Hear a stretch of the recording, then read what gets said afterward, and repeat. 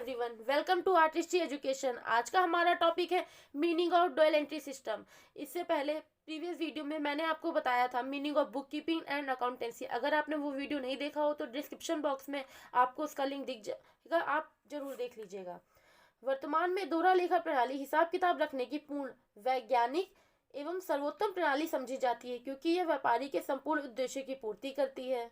दोहरा लेखा प्रणाली हमारी जितने भी हमारा मेन मोटिव होता है कि व्यापार में लेखे सुरक्षित रखना, सही से रखना, आवश्यकता पड़ने पे काम हो जाना, इन सब की ही पूर्ति करती है। देखते हैं ये कब आई, क्या हुआ। दोहरा लेखा प्रणाली का आविष्कार सन 1494 में इटली के वेनिस नगर के निवासी ल्यूकस पैसियोली नामक पादरी ने किया। ये नाम याद रखिएगा, अधिकतर बार क्वेश्चन आपका आता है पेपर में। अब इसे दोहरा लेखा प्रणाली क्यों कहते हैं, इसका उद्देश्य क्या है, ये देखते हैं।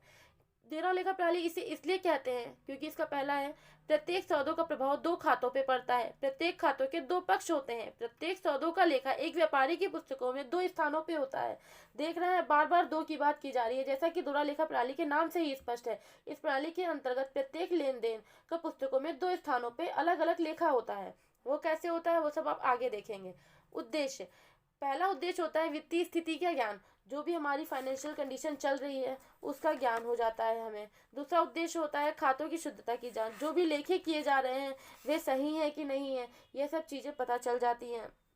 लाभ हानि का ज्ञान, दोहरा लेखा प्रणाली हिसाब किताब रखने का तीसरा उद्देश्य व्यवसाय में हो रही लाभ हानि की गणना करना, क्योंकि हम कोई भी व्यवसाय कर रहे हैं तो मेन मोटिव तो यही होता है ना कि हमें हो रहा हो, अगर हानि हो रही हो तो व्यवसाय करने का क्या फायदा है, ये ज्ञात हो जाता है। वैधानिक अनिवार्यता की पूर्ति है, उदाहरण के लिए कंपनी अधिनियम 1956 के अनुसार प्रत्येक लिमिटेड कंपनी के लिए दोहरा लेखा प्रणाली के आधार पर अपने बही खाता रखना अनिवार्य है।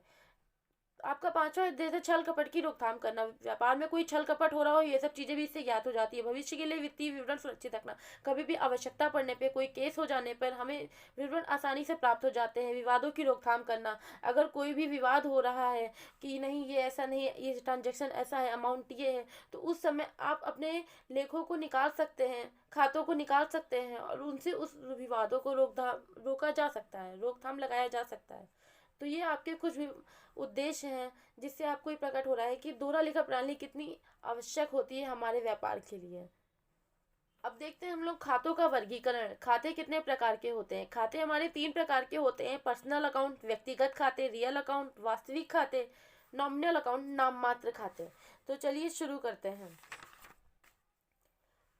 व्यक्तिगत खाते, जिन खातों में किसी व्यक्ति, फर्म, संस्था अथवा कंपनी के साथ हुए लेन देनों का लेखा किया जाता है उन्हें कहते हैं व्यक्तिगत खाते। जैसे आप देख रहे होंगे उदाहरण, रितिका, शुभम, राम, श्याम, ये सब आपके व्यक्ति का नाम हो गए। कैपिटल अकाउंट, पूंजी खाता, पूंजी क्या होती है ये सब चीज़ें मैं आपको आगे बताऊंगी। फर्म का खाता, जैसे Gupta and brothers, Ritika private limited, ये सब आपके हो गए फर्म का खाता। पर्सनल अकाउंट के रूल क्या होते हैं ये मैं भी आपको आगे वीडियो में बताऊंगी। रियल अकाउंट, वास्तविक खाता, वास्तविक खाते आपके वे खाते हो गए, इन खातों का संबंध वस्तुओं से संबंधित लेन देनों से होता है। वस्तुएं अर्थात जैसे फर्नीचर, मशीनरी, रोकड़, ये सब चीज़ें। थर्ड आपके होते हैं नॉमिनल अकाउंट, नाम मात्र खाते, वे खाते जिनमें आय व्यय, लाभ तथा हानि के संबंध में लेखा किया जाता है उन्हें कहते हैं नाम मात्र खाते। तीनों खातों के बारे में तो आपने समझ लिया, अब कैसे क्या इनका यूज होता है वो भी आप लोग समझिए। कॉपी पेन लेके उसे जरूर लिखिएगा। पर्सनल अकाउंट, व्यक्तिगत खाते के अंदर ये रूल होता है, debit the receiver, credit the giver.